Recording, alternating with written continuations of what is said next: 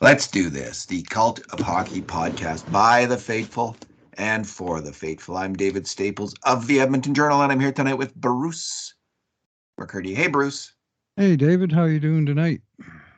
Good. I mean, wasn't super happy about the late start of the game, but I was certainly happy with the end result of the game. A 4-3 overtime win for the Edmonton Oilers over a very, very hardworking Arizona Coyotes Awesome. team, Bruce. They really did come to play tonight. We'll do our two good things, two bad things, and two numbers podcast. I'm just totaling up the grade A shots for the game. So why don't you start it off with your good thing? Okay. Uh, Only a few sort of real obvious choices for the Oilers tonight, but the most obvious is Connor McDavid and his 59th and 60th goals of the season on Wow. a pair of fabulous efforts. And the first one opening the scoring, this is the eighth time in the last 12 games that the Oilers have scored in the first 8 minutes of play to open the scoring. Getting off to good starts has really become a thing with this squad. And on this one, where McDavid scored from, it was on the power play. They'd had a 5-on-3, a couple of great chances that were stopped by an excellent Connor Ingram in this game. And but McDavid caught him by surprise by coming out behind the goal line and banking one right in off of him, off his name bar, I think they said on the broadcast, and that's about where it hit, and right up and under the crossbar to completely uh, bamboozle poor Connor Ingram.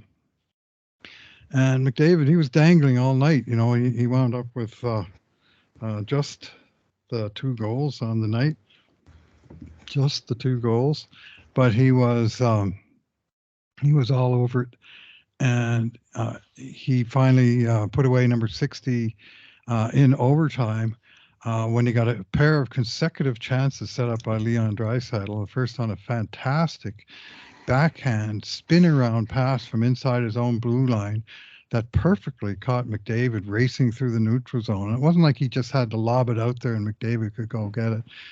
He missed the defenseman by not very much and McDavid by not at all. It was just like quarterback hitting his target, other than Leon couldn't even see the target at the time he was trying to get the pass off, and he just whipped it right up there. McDavid goes in, dangles the goalie, hits the post. Puck goes across the ice. McDavid hammers the stick on the boards, doesn't break it, and lo and behold, Leon comes up with the puck a second time along the sideboards, and again he feeds it to McDavid in the slot, and he goes in basically same move, but this time he held the puck maybe an extra split second and took his time and put it right up under the crossbar to end it in overtime. 60th goal of the season on a brilliant, I'll say brilliant solo effort, although obviously he did have a lot of help, but it was him that was doing the stuff with the puck for the most part. And nice highlight reel goal to end it.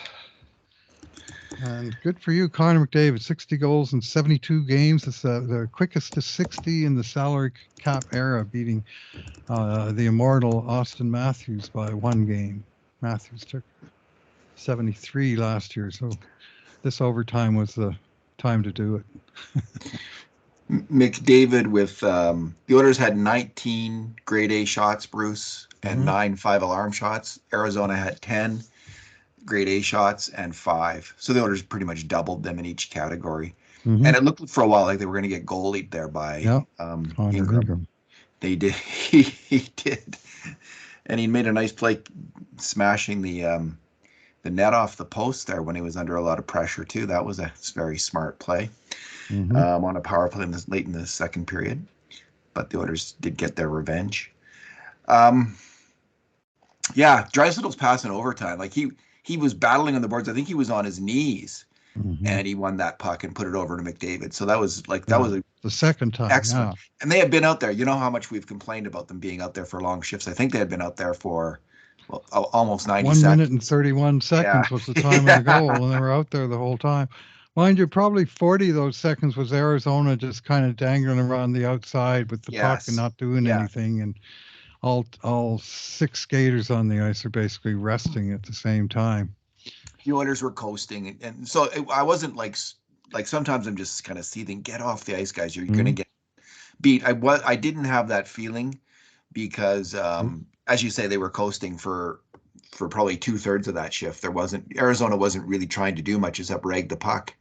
It seemed like maybe get lucky on a play, sneak someone through, but that seemed to be their strategy, which is not a bad strategy. Bruce, my good thing, the other guy who scored 2 goals tonight was Ryan Nugent Hopkins, and just 2 fantastic shots each time off 2 fantastic passes from, again, Leon Draisaitl. Yeah, I guess Leon Draisaitl won the NHLPA poll today for the best passer in the NHL. I think he got 25% of the votes. I didn't see Sec- the poll. Second year in a row he's won it. This is Yeah. lest we forget, a 50 goal scorer, two-time 50 goal scorer named best passer in the NHL. This is what kind of elite scoring talent we have here in Edmonton, and our number 2 player. It's It's gonna win. unreal. That's why Edmonton's going to be winning the cup this year, Bruce. These 2 guys. So Leon just made a fantastic, fantastic pass from behind the net to set up Nugent Hopkins on the first goal. This happens. Do we not have it marked in green here? This is the one that's with 9 seconds left in Right. the second period, and the Oilers are Powerful down goal. 2-1, and this is the moment when you're starting to think like they had put. I think they had 8 grade A shots in the second period. Arizona had 1, And it went in. and it was 1-0 Arizona up to that point. So starting to have that kind of bad feeling in this game. Like, this is, even though the Oilers are the dominant team, it may go sideways, and all of a sudden Leon wins the puck, and he curls that pass right. He just doesn't throw it out front. He curls it across the slot, and and Nugent Hopkins is right there and just fires it right off. Right near post. At least I don't know if it was off the post, but near the post into the net. Just right Just inside the great, post. great shot by Ryan Nugent Hopkins. Hit the The Sakic spot. Yeah, Nugent's second goal is, if anything, more spectacular. Leon Draisaitl gets the puck in his own zone, and is kind of holding the puck for 2 or 3 seconds, looking up the ice, looking down the ice, and Nugent Hopkins cuts across the blue line, skates parallel to the blue line, picking up speed, and Leon hits him on the fly, and Nuge cuts in and just wires a shot, absolutely wires a shot. And I don't know if Nugent Hopkins has been working on his shooting or did work on his shooting in the offseason, but he is shooting better than he has ever shot. Now, this might just be, maybe there's some puck luck involved in all this, and maybe we have the perception that he's shooting better, but I just don't remember him getting off those 2 kinds of shots that he got today. Like, in the second one, he just streaks in, fires it right under the goalie's arm, over his pad, and into the net. And it is a fantastic hard shot. Um, he is he is an incredible player right now this year. Ryan Nugent Hopkins, an incredible attacker. He is playing on the power play, Bruce, with such confidence. It feels like they've got it. As great as McDavid and Draisaitl are, it feels like they got a third guy now, who is on the power play. At least they're equal or close to it in terms of what he brings to that power play. Yeah. He is such a fantastic passer, and now with the shot, which Hmm. she's unleashing, makes it just. This is the reason. This is one of the reasons. He's the third big wheel on this historic power play. I think it's still a historic power play. I'm not exactly sure if it's still number 1 overall since they've started charting this, but So what is he, James Worthy on the power play? Magic But Johnson, Kareem Abdul-Jabbar, and James . Yeah, that's it's one of those 3 man. If you can think you can stop him, well, let the third guy get in there and make a quick pass or shot. And yeah, anyway, he's always been a great power player, but I think he's never been better on the yeah. PP than we've seen this year, and just so much confidence and quick decision making, when to pass, when to shoot, and I think he's even upped his game for getting the shot away quick. Like he was always sort of stop the puck, look and shoot guy, right? And he'd take him a half to 1 second to get the shot away, but he's making that decision a little quicker and snapping the puck, and it certainly worked on that. The 2-2 goal, the one late in the second period, and really both of them. He's up to 33 goals now, David. Yeah, 33, 33 88 goals. points, Bruce. 88 points in 72 games. If he stays healthy, he's, Hmm. if he keeps trending this way, he could have his first. I mean, this is his first point per game season. He could have his first 100-point season, and that would be fantastic to see Ryan Nugent Hopkins get a 100-point season. That would be a great thing, spectacular thing to see. So, fingers crossed on that. What's your bad thing, Bruce? Yeah, lots to choose from. Man, I sure hated the shift from 3 minutes left to 1 minute left in the third period. But there's too many crazy things gone awry on that shift to detail them all. But so I'm going to single out Evan Bouchard's shift in overtime when the Oilers trusted him with the first shift with the two big boys. And the first thing that happened was the Oilers. I mean, possession is everything in overtime. The Oilers won the face-off, won it back to Bouchard inside his own blue line. He gets it, and then he just fumbles it away into the neutral zone. And now Arizona's got the puck, and they have it for much of that shift. And then anyway, the play ends in face-off. The goalie froze it in Arizona territory, and again, Draisaitl wins the face-off back to Bouchard, and he brings it back to sort of the top of the circle, and Bouchard's just kind of standing there looking at it, and all he had to do was like take 2 steps up and it was on his stick, and he was indecisive, and then he backed off, and then Arizona brought it out and chipped it out to the sideboards.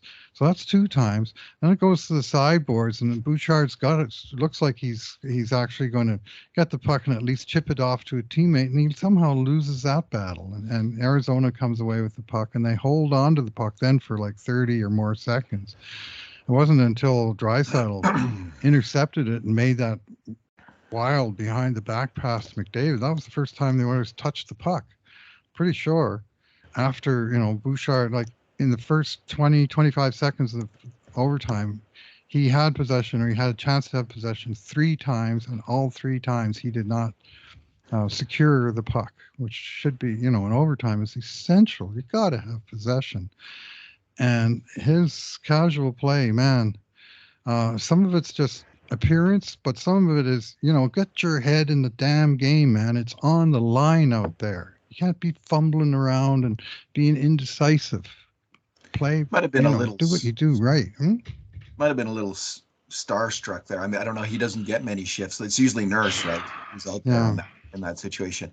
He Hmm. is like the proverbial little girl with the golden curl. When Curl. he's good, he's very, very good, and when he's bad, he's very, very rotten. When he's Yeah, bad, when she is bad, she is horrid. is that it?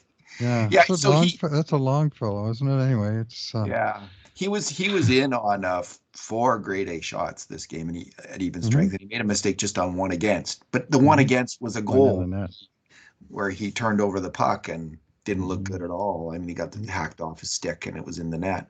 And then he Uh, watched without really trying to hustle back. And I don't think he could have hustled back in the oh, play, but it wasn't a good it look. very quickly developed there. Bruce, my bad thing is the third Coyotes goal, and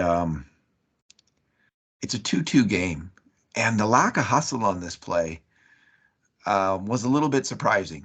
And people who listen to this podcast will recall that you and I are fairly consistent defenders of Darnell Nurse's play, advocates of Darnell Nurse, see him as a very, very good NHL D man, and aren't out to pick on him. But both of us noticed on this play, man, did he ever crap the bed, so to speak. The puck got shot into the Oilers' end, and how he was not the first guy back to that puck No reason. is uh, beyond me. He just was. He had at least it's he at Five least feet, easy. Five he feet on the he nearest had guy. position, and he's a fast skater, and he got beat to the puck, and everything bad happens after that. The Hmm. puck gets put back up the boards. the Oilers' winger on the boards is late getting back to it, and Leon Draisaitl does kind of a Leon move. Instead of stopping and starting on the puck and trying to hustle back when it starts going the other way, Leon loops back. And by then, they're coming out of the corner, and the guy that Leon should be covering is getting the puck to Clayton Keller.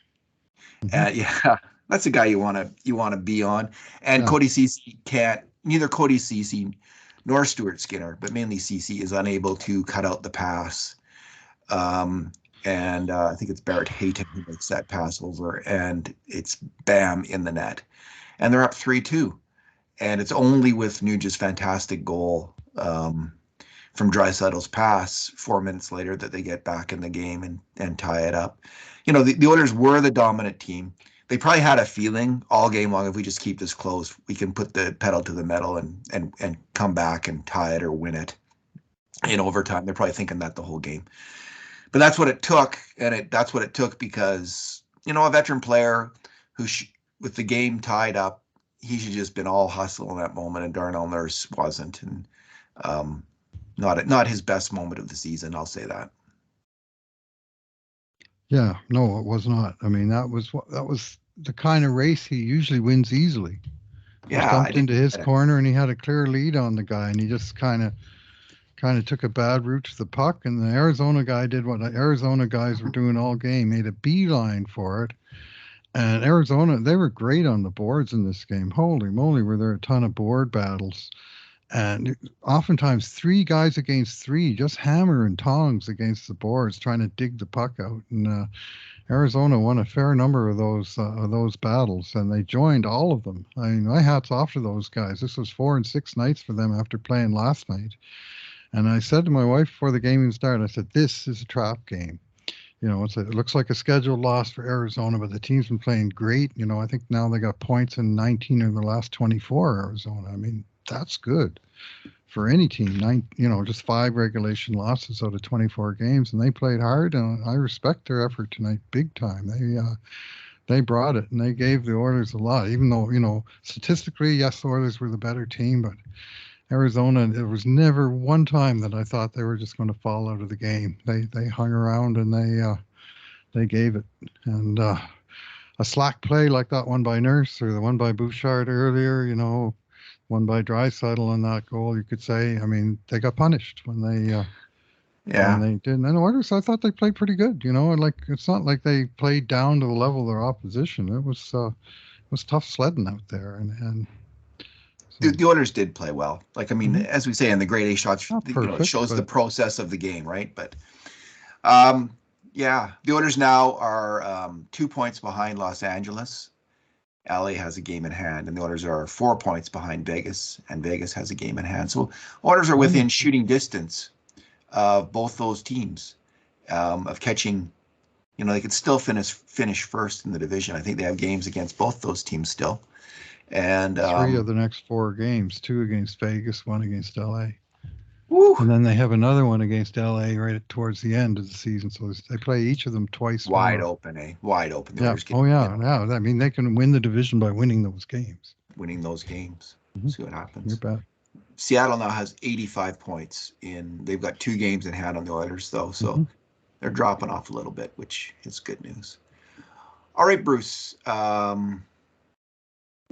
Where are we now? Numbers? We're up Your to bet? numbers. Yeah. Yeah, we're up to Yeah. I'm numbers. going to go with 110.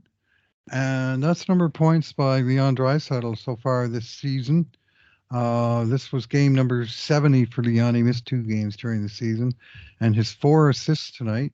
He's now up to 44 and 66 on the season for 110 points, which matches his career high. And in fact, it matches his already tied career high because this is Leon the last 5 seasons.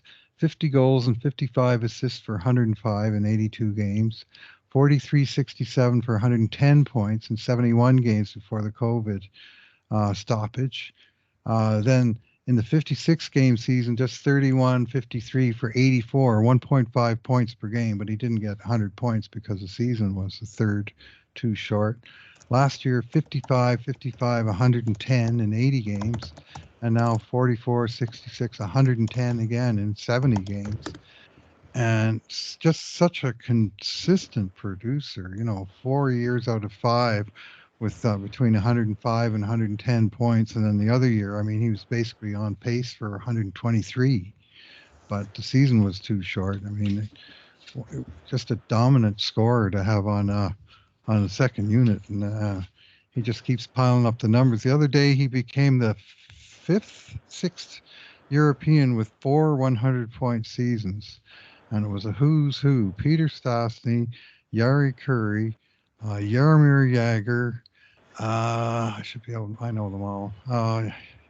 Jaromir Jagr was the third. Timo Solani was the fourth, and the other guy too, not Malkin. Anyway, just a who's who of European superstars, and he's on that list based on this criterion of 4 100-point seasons, which is pretty damn tough to do. This is his highest points per game, Bruce, of Mm-hmm. his career to date. So far, yeah. Yeah, he had in that. Let me just. His MVP season, he played one more game to get to the 110 that he's at right now. Yeah, he's at yeah. So yeah, he and in the lockout season when he only played the 56 games, he only had 1.5 per game. Oh yeah, Alex Ovechkin is the fifth guy. How could I forget? It's interesting, like these incredibly consistent players. Mm-hmm. I remember, like as a kid, I was a big baseball fan and huge into baseball statistics. I'd get that Who's Who in Baseball book, Mm-hmm. and they'd Yeah. have the lists of all the batters. And there was some players, like I just remember, I think the player that comes to mind is Tony Perez of the Cincinnati Reds, Mm-hmm. and he just always have like 20 home runs and 100 RBIs and Mm-hmm. bat 280. Like it just seemed like Uh-huh. every year it was Yeah. the same consistent, same. And there was a number of ball players like that, just churned it out, kind of the same Mm-hmm. thing every single year. And Leon certainly has that going on in hockey, which Mm-hmm. is utterly fantastic considering the high level that he's playing at. He's the only guy in the NHL and since 2011-12, when Evgeny Malkin did it, to score 50 goals and 100 points in the same season, and he's done it twice. And he's 20 about to do it for a goals. third time, I think. I'm assuming. Wait, I mean, right now he's getting stopped on the executioner's shot. The last couple of games he's been Yeah. blank, so he's just getting assists now. But I would bet on him getting 6 more in the last 10 games, and that would be a third season. And he was exactly on pace for that in the 71 game season. He was exactly on pace for 50 when the curtain came down. And this is a guy who today was voted the best passer in the NHL. We might have mentioned this already. And he's a 50-goal scorer getting that kind of recognition. He's So, also the best shooter in the NHL. I don't know, did they give him that? Because he is. uh, probably they would have. I bet Ovi won that. I mean, a lot of this is reputation Yeah. stuff, but because the players see each other maybe twice over the course of the season, right? But anyway, it's I would bet Ovi won the shooter, but who knows? I haven't read the survey yet. It should be interesting. They did say Edmonton had the second best ice in the National Hockey League, Rogers Place. That surprised me. So my numbers are around Connor McDavid's breakaways, and of course that would be top of mind because he scored on a breakaway and he almost won the game a moment earlier on a breakaway, but Mm-hmm. but what first got me thinking about it was your comment about Warren Fogle. Warren Fogle had a breakaway, and I think what did you say, Bruce? He tied Todd Marchand's franchise record for most consecutive missed breakaways. Yes. And No. he just can't seem to bury him more, and he gets quite a few. Well, not But a I, finisher, my memory was the same as yours, Bruce, that he had quite a few, but according to our records, he's only had one other this year. I think he gets a lot of partial breakaways, and I'll have to check. Maybe oh, I missed he missed the net. At he least misses twice the he net. shot wide on Well, on that's a you don't clear even count breakaway, them and because so he that does not counts even double. shots. Yeah, That counts you're double right. when you shoot wide. There's been a few of those, hasn't there? So we don't even count that because he missed the Yeah. net. It's not even a shot because we just count grade A shots. We're not looking Yeah. for anything but that. Okay, so when McDavid got it, I was thinking because he consistently has at least twice, if not three times more breakaway shots each year than any other Edmonton Oilers player. And what's interesting, so we've been measuring actually, we didn't in terms of our project of tracking grade A shots, we didn't actually delineate what kind of shots they were until 4 seasons ago. That's when we started to look at one, is it a jam shot? Is it a deflection? Is it a grade A? Is it a one-timer? Is it a breakaway? And what's interesting, Bruce, is that every season since 29-20, since we've been tracking this, McDavid has had fewer breakaways. And so that first year in 29-20, he had, in 64 games, he had 36 breakaways for 0.56 per game. So not bad. This year, he's had 21 breakaways in 72 games for 0.29. So about half. He's about half the number of breakaways. So I don't know what that means. Well, I didn't actually track, like, I could go back and look. This year he scored on 8. He scored on 8 of his 21 breakaways, which is about what you'd expect. In the shootout, they score on about 1/3 of the shots, and he's slightly above that for his breakaway percentage, I think. So pretty good. I mean, he's still getting way more breakaways than anybody else on the Oilers, but maybe he's not. It might indicate, I mean, one of the things it could indicate is he's just playing the game a little differently, a little bit more cautiously, you might say responsibly, where he's not looking to, lead the player. Some people like blow the zone, if you want to put it negatively, to get the breakaway. Or it just could be chance. I mean, these numbers are small enough that they might not be that significant. But there's been just a slight decrease every single year. From 4 years ago to today. I suspect that he is playing a bit more cautiously and isn't looking for that home run so much as, working with the defenseman to take the puck up the ice is more, that's what he's looking to do. And he does that as well as anyone in hockey today. Yeah, well, there's so many rushes where he comes in and it's not officially a breakaway, but he's breaking in. There's one defenseman, he's going around the guy and coming in on the goalie. I mean, there was one breathtaking play tonight where he stole the puck off of a Arizona guy inside the Edmonton blue line, and he came flying back up the ice, and the poor defenseman that was back had little chance. And Connor pulled the puck inside and forced another good save from Connor Ingram. Basically he got to pick the shot he wanted and he took it. So it's not officially a breakaway, but it certainly caused, it's a jailbreak caused by his speed, and in this case, his crafty steal of the puck that sent him the other way. And so normal rules kind of don't apply to Connor McDavid. I know that we score grade A shots for him that we might not for another player, because we know that it's a 20% shot for him, even if it might be a 10% shot for others, just because of well, I mean, he finishes the shots at that rate, and he can score from different angles, and there's just so much sleight of hand to his shots. He reminds me of, he's not just a pitcher with 100-mile-an-hour fastball, but he's got like 4 or 5 different pitches in his arsenal. You never know which one he's going to pull out for a particular situation. So it's fun to watch. Tom Seaver. All right, mandatory. That's our second mandatory 1970 sports reference, and double bonus because we were both Louis Tiant with a 100-mile-an-hour fastball. Did he throw it that hard? He did not. No, if he had one. I mean, he was such a trickster with his delivery and stuff. But anyway, we're way off target. I'm high on baseball today after last night's fantastic finish to the World Baseball Classic, an all-timer. So. Well, that's good. I didn't even know it was on. I know it was on big, but I didn't watch it. Shohei Ohtani struck out his California Angels teammate Mike Trout, the captain of USA and the captain of Japan, and it was 3-2, 2 out in the 9th inning. And Ohtani, who's a slugger and a pitcher, the Babe Ruth of the 21st century, came in to shut down the Americans in the 9th inning, and he fanned his teammate, many consider the best player in the game, Mike Trout, to end it. It was like Connor versus Leon Oh, that's for great. in a one-on-one. But in baseball, you really do get the one-on-ones. It's not a flow. It's like pitcher against batter, and it's everybody's focused on what an incredible finish So of a this is really like the good World tournament. Cup of baseball, where they actually get Yes. all the best baseball players in the Yeah, yeah, world. that's a good Oh, idea. this is Hockey should try that's that. yeah. Geez, I'm starting to get. I was actually having a momentary moment where I was kind of angry about that today. I'm listening to Hmm. Ken Dryan's book on the 1972 series, Right.